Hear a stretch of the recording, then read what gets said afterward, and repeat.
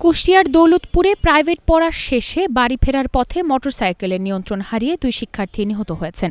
এতে আরও 1 শিক্ষার্থী গুরুতর আহত হয়েছেন। 7 ফেব্রুয়ারি শনিবার সকাল 8:30টায় উপজেলার দৌলতখালী গ্রামে এ দুর্ঘটনা ঘটে।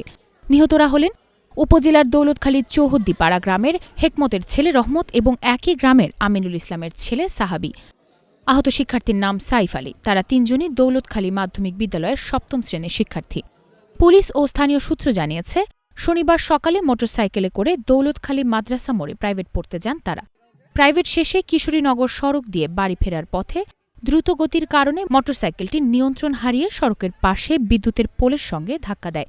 স্থানীয়রা তাদের উদ্ধার করে উপজেলা স্বাস্থ্য কমপ্লেক্সে নিলে চিকিৎসকরা রহমত ও সাহাবীকে মৃত ঘোষণা করেন। গুরুতর আহত সাইফকে কুষ্টিয়া জেনারেল হাসপাতালে ভর্তি করা হয়েছে।